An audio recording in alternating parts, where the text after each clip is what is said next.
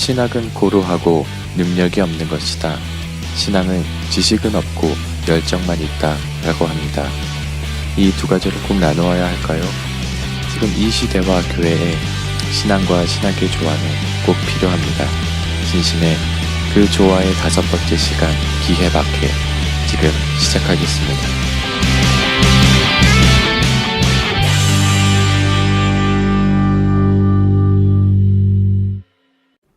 예, 안녕하십니까. 신신의 저희 이제 또 녹음을 다시 시작하고 있습니다.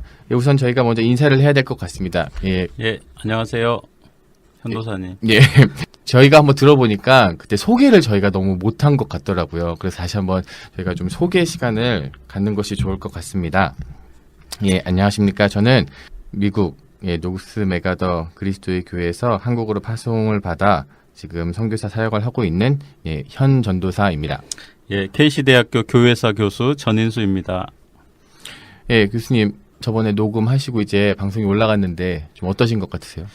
네, 제가 제 목소리를 들어보니까 아주 좋더라고요.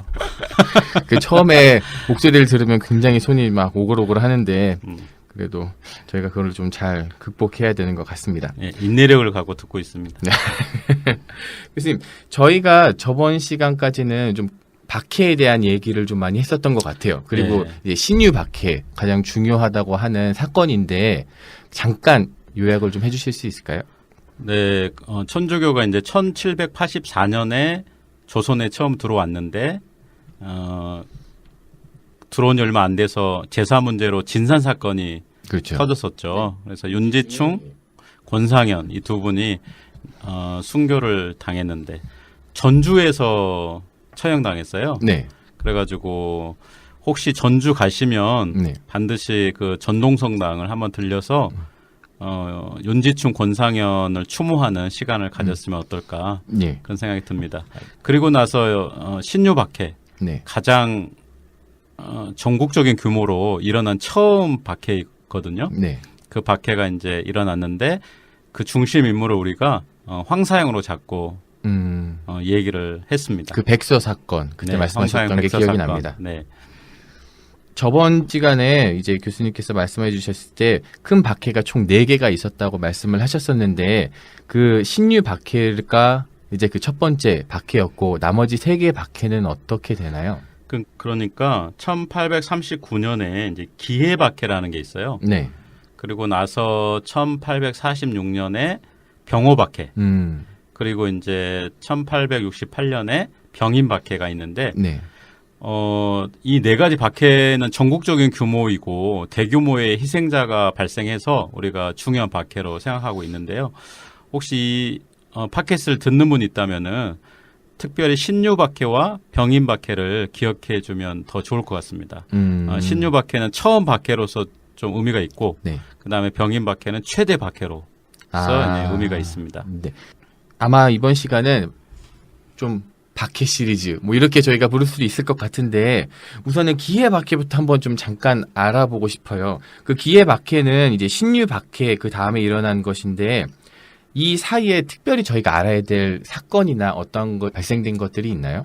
혹시 국사 시간에 그 세도 정치라는 얘기 들어보신 적 있어요? 들어본 적이 있습니다. 그 세도 정치라는 거는 이제 당파 싸움하고 좀 다른 부분이 뭐냐면은 당파는 조선을 이끌어가는 하나의 당파가 있잖아요. 예. 그리고 그와 상대되는 또 여러 당파들이 있는데 이 당파가 대립하면서 정권을 서로 차지하기 위해서 싸우는 거예요. 지금 현 시대로 말하면 어떤 정당이 서로 뭔가 정권을 가지고 가려고 하는 그런 거라고 비유될 수 있겠네요. 그런데 세도 정치는 당파 싸움하고 비슷하면서 다른 게 뭐냐면은 권력이 몇 개의 가문에 집중되는 겁니다. 흔히 말하는 뭐 안동 김씨, 뭐 풍양조 씨. 예, 맞습니다. 그러니까 당파 같은 경우는 그 정권을 유지해가는 세력이 훨씬 광범위하죠. 네. 세도 정치라는 거는 몇 개의 가문이 그 조선을 이끌어가기 때문에 훨씬 권력이 집중되고 우리가 오늘날 관점에서 봤을 때는 권력이 일부에게만 집중되기 때문에 바람직한 정치 스타일이라고 보기가 어려운 거죠. 옛날 뭐 사극에 보면 나는 새도 떨어뜨린다는 어떤 정승들 그렇죠. 이렇게 일부 고문 세족에게 정권이 이제 이렇게 권력이 집중돼버리는 그런 이제 상황이 발생을 하는 거죠. 그렇다면 그 정권에 집중된 것과 기회박해와의 어떤 상관관계는 어떤 건가요? 그러니까 신유박해가 일어난 다음에 조금 박해가 소강 상태였어요. 그러면서 많은 천주교인들이 늘어났었거든요. 네. 그런데 또 이번에 이제 1839년에 정권이 바뀌면서 다시 한번 이제 천주교 박해가 일어나게 되는 거죠. 그 신유 박해도 정순 왕후였나요? 그러면서 그 어떤 세력을 그러니까 정적을 쳐내기 위한 어떤 명분으로서 박해가 시작됐다라고도 말씀하셨는데 그럼 기해 박해도 그것과 비슷한 건가요? 그러니까 지난번에도 우리가 얘기했다시피 정권이 바뀔 때마다 박해가 일어났었잖아요. 네. 근데 이제 신유 박해와 기해 박해의 좀 차이점이라고 하면은 신유 박해는 명확하게 정치적인 목적이 있었어요. 그래서 시파 그중에서 남인을 이제 제거하는 그런 수단으로 천주교 박해가 이용이 됐는데 기해 박해는 물론 정치적인 것도 있지만 이 사람들이 기본적으로는 뭐냐면은 천주교를 싫어했던 것 같아요. 그러니까 뭐냐면 천주교가 조선에 있었으면 안 된다고 생각했던 사람들이 정권을 잡게 되면서 또 박해가 이제 폭풍우가 치게 된 거죠. 신유 박해랑은 좀 다른 거는 정말 실질적으로 그 천주교에 대한 불신, 약간 불신이 일어났었고 그 다음에 이제 그 1839년 전에는 특별한 박해가 없었는데. 이 풍양 조씨 세력이 등장하게 되면서 이 사람들이 천주교에 대한 불신이 있고 그래서 천주교 박해가 이제 휘몰아치게 됩니다. 어떤 특별한 이유는 없었던 건가요? 아니면 그냥 정말 어떤 유교 사회에서 천주교가 정말 사교 혹은 서교기 때문에 이 나라의 근간을 흔들기 때문에 이거를 걷어내야 된다라는 생각을 한 걸까요? 그러니까 유교에 충실한 사람일수록 조선을 사랑한 사람일수록 어떤 의미에서 보면은 천주교는 조선 사회를 무너뜨리고 흔드는 그런 이제 세력으로 보여지기 때문에 지금의 관점에서 보면은 천주교 박해가 굉장히 비상식적인 선에서 일어날 수 있는 박해라고 생각할 수 있지만 또 당시의 눈으로 보면은 평범한 사람들의 눈에는 이 천주교 박해라는 것이 비사회적이고 그다음에 조선의 윤리를 무너뜨리고 심지어 황사양 사건에서도 볼 수 있다시피 조선 자체를 붕괴시키는 외세를 끌어들이는 그런 세력으로 보여줄 수 있기 때문에 상식적인 생각이었다고도 우리가 볼 수가 있어요. 충분히 그럴 수가 있겠습니다. 그러니까 이러한 배경에서 저번 주에 얘기했을 때 그 정화상이라는 인물이 잠깐 등장했었잖아요. 맞아요. 예, 쉽게 말하면 정약용의 어떤 조카. 네네. 정약용의 조카였는데 당시 천주교 박해 주동자였던 그 우의정이었던 그 이지연이라는 분에게 저희가 이렇게 상제 상서 이런 것들을 보냈더라고요. 맞아요. 그러면서 이제 상제상서 말이 나왔으니까 기해 박해에서 가장 중요한 게 상제상서입니다. 상제상서인 거죠? 상제상서. 그럼 제상에게 보낸다라고 그렇죠. 하는 뜻인 거죠? 제가 왜 상제상서라고 하는지 좀 눈치챘어요? 네, 많은 사람들이 이 상제상서를 상제상서라고 읽어요. 그렇죠. 네. 저도 처음에 그렇게 읽었어요. 상제상서. 네, 두 자씩 끊어가지고. 네. 네, 그런데 이거는 한문을 우리가 조금 알면은 상제상서라고 읽는 게 좀 더 자연스럽습니다. 상은 올리다. 제상에게 올리는 글 이런 뜻이에요. 저는 사실 이거 임금에게 보내는 문서인 줄 알았어요. 왠지 그런 느낌이 비슷하죠. 들어서. 왜냐면은 뭐 제상에게 올렸다는 거는 그 당시 최고 지도층에게 올린 거니까 뭐 그렇게 봐도 크게 무리는 없다고 생각됩니다. 저는 사실 이거 몰랐었는데 지금 인터넷에 들어가서 상제상서를 치니까 상제상서 전문을 다운받아서 볼 수 있더라고요. 한글로 되어 있죠. 그리고 제가 좀 놀랬었던 것 중에 하나는 당시 문화에서도 이게 물론 수용이 되었는지 안 됐는지 잘 모르겠지만 일정 부분에 있어서는 지금 시대에도 충분히 수용할 수 있을 만큼의 설득력이 있는 변증법 하라고 있어서 초대교회 때 우리 초대교회 기독교인들이 엄청난 오해를 많이 받았잖아요. 여기서 초대교회는 이제 한국 초대교를 얘기하는 게 아니라 2000년 전에 로마 세계에 있었던 기독교를 얘기하는데 그때 많은 사람들이 특히 로마 세계 많은 사람들이 기독교인들을 엄청나게 비판을 했어요. 예를 들면은 식인종이다. 그렇죠. 뭐 피와 살을 먹는다. 먹는 그런 오해를 집단들이다. 받았었고, 그다음 우리가 지금도 이러잖아요. 교회 가면은 형제 자매다. 그렇죠. 그렇게 많이 부르죠. 예, 로마 사람들에게 있어서는 쇼킹한 일이었습니다. 이거는 왜 그러냐면은 이거는 한 아비 밑에서 형제 자매라고 하니까 네. 이 사람들은 이걸 어떻게 받아들였냐면은 기독교인들이 근친상간을 저지르는 사람들이다. 이렇게 뭐 생각을 한다거나 그 굉장히 더 재밌는 게 있어요. 로마 사람들이 초기 기독교인들을 무신론자라고 했어요. 어떤 의미에서 무신론자라고? 그 이해하기 굉장히 어렵죠. 네. 기독교인들이라 하면은 오직 신을- 하나님밖에 없는 사람들인데 네, 신을 섬기는. 그런데 로마 사람들은 왜 기독교인들을 무신론자라고 했냐면은 로마 사람들이 생각하는 방식으로 신을 찾지 않았기 때문에 그리고 자기들이 믿는 신을 거부했기 때문에 이 사람들은 무신론자라고 생각한 거예요. 그러면은 그들이 믿는 신은 인정하지 않고.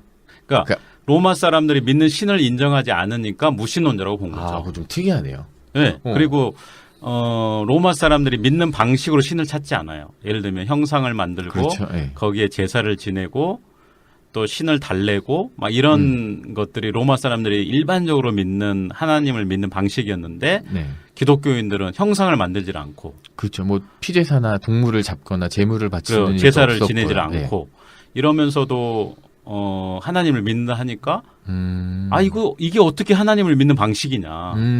예, 좀 네, 이해했습니다. 이해하기가 어려웠던 거죠. 그래서 무신론자라는 비판을 받게 된 겁니다. 근데 초기에는 우리 기독교인들이 여기에 대응할 만한 지식인들이 별로 없었어요. 그러니까 원래 어떤 비판이 오면은 그 비판에 맞서기 위해서는 상당한 내공이 필요하잖아요. 그렇죠. 시간도 필요하고. 근데 기독교인들은 그거를 갖출 만한 시간이 없었는데 이제 2세기 정도 되니까 우리 기독교 안에도 지식인들이 이 로마 사람들이 비판하는 거에 대해서 대응할 수 있는 사람이 등장한 거예요. 저희들이 교부라고 부르는 그런 네. 분들인 거죠. 네, 그렇죠. 그 사람들을 이제 전문적인 용어로 변증가라고 합니다. 변증가. 변증가.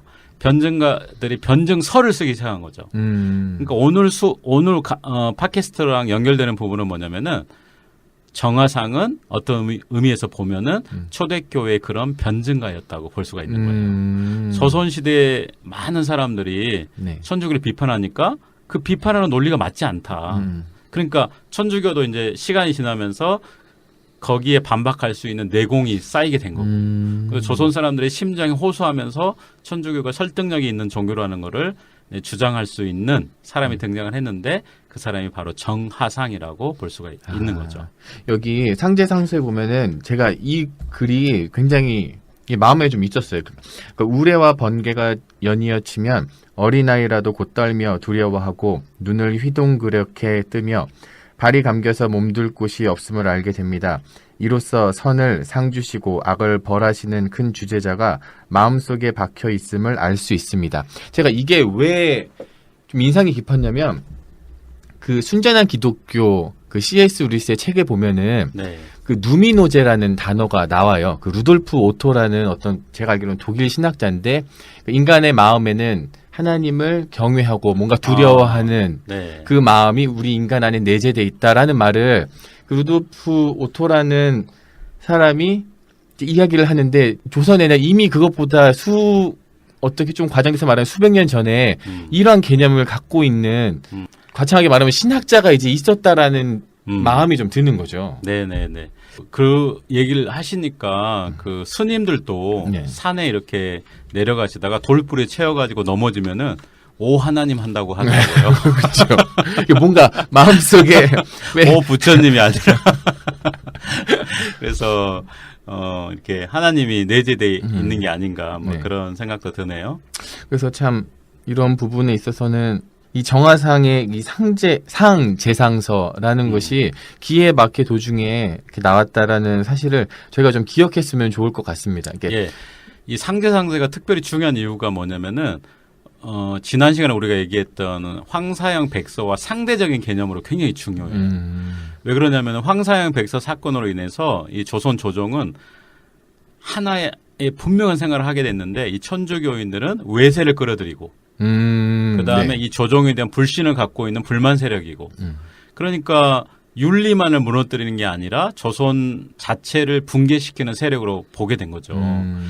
그 재미있는 현상이 있어요. 기해박해 때 사람들이 조선 조정이 천주교인들을 신문할 때 너희들은 우리나라를 붕괴시키려는 자들이다. 이렇게 이제 신문을 하는 거죠. 그렇구나. 그 계기가 이제 황사영이고 그런 의미에서 이 정화상의 상제상서는 황사영의 논리를 깨면서 네. 우리 조선 사람은 충군 그러니까 임금에게 충성하는 사람입니다. 그리고 무부무군의 사람들이 종교가 종교가 아닙니다. 아니다. 그러니까 우리에게 임금도 없고 부모도 없다고 사람들이 비판하지만 우리는 절대 그런 사람들이 아닙니다. 십계명에 보면은 부모에게 효도하라는 것이 우리 천주교인들의 가장 중요한 가르침 중에 하나입니다. 이렇게 이제 호소를 하는 거죠. 그런 이 상제상서는 그렇게도 도움이 될 수 있었을 것 같아요. 신문을 받았는데 너희들 황사영이라는 사람이 이렇게 백서를 쓰고 너네들은 나라를 전복하고 이러려고 하는 무리들이 아니냐라고 이야기했었을 때 그 당시 사람들 중에서는 뭐라고 대답해야 되는지 모르는 사람들도 있지 않았을까. 그렇죠. 그러다가 네. 이제 혹시 이 상제상서나 혹은 이 정화상의 어떤 교육을 받은 사람들은 이렇게 조목조목 설명할 수 있는 그렇죠. 기반을 마련하지 네. 않았을까 생각해 봅니다. 맞습니다. 그 초대교회 때 변증가들이 중요했던 이유가 그거거든요. 그러니까 로마 사람들이 그들의 세계관으로 비판을 했을 때 기독교인들이 처음에는 대답을 잘 못했던 거예요. 네. 근데 기독교인들 중에도 학문하는 사람들이 생겨나고 지식인들이 등장하게 되면서 로마 사람들의 세계관을 깨는 우리의 논리가 서게 된 거죠. 그래서 이제 그 사람들을 우리가 변증가라고 하는데 그런 의미에서 정화상은 중요한 사람이고 저는 현도사님한테 좀 도전 던지고 싶은 게 뭐냐면은 현도사님도 이 팟캐스트 시작한 게 사실은 소통하려고 하는 거 아니에요. 그렇죠. 네. 오늘날의 기독교를 이 한국 사회 속에서 새롭게 이렇게. 네. 근데 사실은 현도사님의 생각은 뭐냐면은 그걸 의식하셨는지는 모르지만 변증 작업을 하고 싶으셨던 것 같아요. 기독교는 그게 아니다. 기독교는 그게 아니다. 그렇죠. 기독교는 네. 더 생명력 있고 이 사회를 변화시키고 여러분들이 들을 만한 가치가 있는 하나님의 신앙이다. 그렇죠. 네. 그죠? 맞습니다. 그런 의미에서 보면은 현도사님도 21세기의 정화상이라고 할 수가 있죠. 아이고 또 그렇게 얘기해 주시니 너무 감사합니다. 근데 그런 것 같아요. 그 박해 가운데 또 이런 상제상서라는 어떤 귀중한 보물이나 유산이 이렇게 나온 것처럼 굉장히 좋은 보물이 또 솟아난다는 것을 저희는 좀 볼 수 있을 것 같아요. 예, 제가 그 말씀 하셔서 좀 생각난 부분이 뭐냐면은 지금 이 시대에 변증가가 필요하다고 저는 절실하게 느끼는 거예요. 네. 뭐 도킨스라는 사람 있잖아요. 그렇죠. 그 과학자 중에. 네. 근데 이 사람은 기독교를 중심으로 해서 종교를 완전히 없애려고 하는 사람이거든요. 그렇죠. 종교는 비합리적이고 악의, 폭력적이고 악의 근원이고, 전쟁과 인종차별의 근원이고.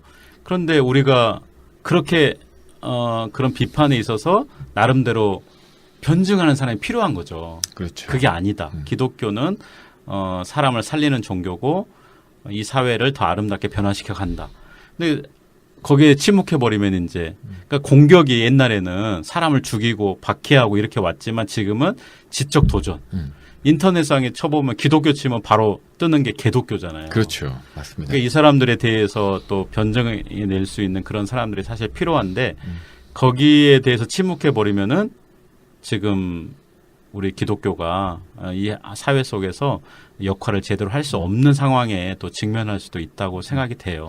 예, 동의합니다. 뭐 리차드 도킨스는 굉장히 오랜 시점 옛날부터 그 기독교를 이야기하고 어떠한 뭐 악의 뿌리다 이렇게까지 얘기할 때 그냥 교회 내에서는 그거는 아니야.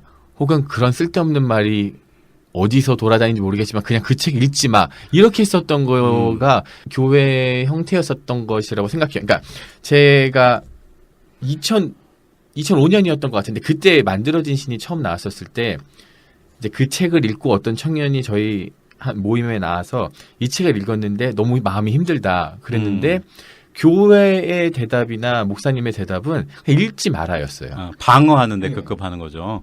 거기에 대해서 지적으로 합리적으로 대응을 해야 되는데. 네. 그거가 좀 많이 부족해서 저희들 교회가 오히려 그 부족함을 드러내는 건 아닐까. 위축되고. 예, 맞습니다. 그래서 21세기에도 변증가가 저는 시급하다고 생각하는 거예요. 그러니까 초대교회도 변증가가 필요했고 초기 한국 천주교 역사에도 변증가가 필요했듯이 지금 이 시대에도 사람을 죽이는 박해는 없지만 곳곳에서 기독교를 비판하는 사람들이 있고 그렇죠. 또 뭐 합리적인 비판이라면 우리가 들어야 되겠지만 합리적인 비판이 아니라 사람들을 이렇게 현혹시키는 그런 잘못된 비판이라면 거기에 대해서 지적인 대응을 사실 해야 되는 거죠. 더 이상의 어떤 육체적인 박해는 없어도 심적인 박해 그리고 혹은 좀 영적인 박해 이런 것들은 아직도 있는 것 같습니다. 그래서 저는 사실 이 변증가로서의 어떤 역할을 목회자가 해야 되는 건 아닐까라는 생각을 해봅니다. 네. 저는 그 목회자가 가장 지금 필요한 변증 작업이 뭐냐면은 참 목자가 되는 거라고 생각해요. 어떤 합리적이고 막 네. 거기 지적인 대응은 또 다른 사람들이 할 수가 있는데 목회자는 진짜 성경에서 말하는 그 목자, 목자의 모습을 보여주는 게 어떤 의미에서 가장 중요한 변증 작업이 아닐까 생각합니다. 예, 맞습니다. 그래서 저희는 오늘 혹시 이 팟캐스트 들으시는 분들은 인터넷에서 정말 한 10초도 안 걸립니다. 그냥 상재상서를 치시면은 바로 15자리 페이지 그 PDF 파일이 저희들이 다운받아 읽을 수 있더라고요. 그러니 네. 기회박해 시간 그 기회박해 때 이 정하상이라는 분이 어떤 마음으로 이 글을 쓰셨는지 그런 어떤 마음도 생각해 보시고 이 내용도 한번 읽어 보셨으면 좋겠습니다. 현사님 제가 질문 하나 해도 돼요? 네, 그 기회받기 때 사람들이 또 고문을 많이 당했을 거 아니에요. 그렇겠죠. 예. 제가 조선 시대가 낭만적이고 좋지만 절대 돌아가고 싶지 않은 게 그 사법제도라고 그랬잖아요. 그렇죠. 저번에 네. 그렇게 말씀하셨어요. 고문을 동반하니까 네. 그리고 자백만으로도 범죄가 인정된 그렇죠. 시대였잖아요.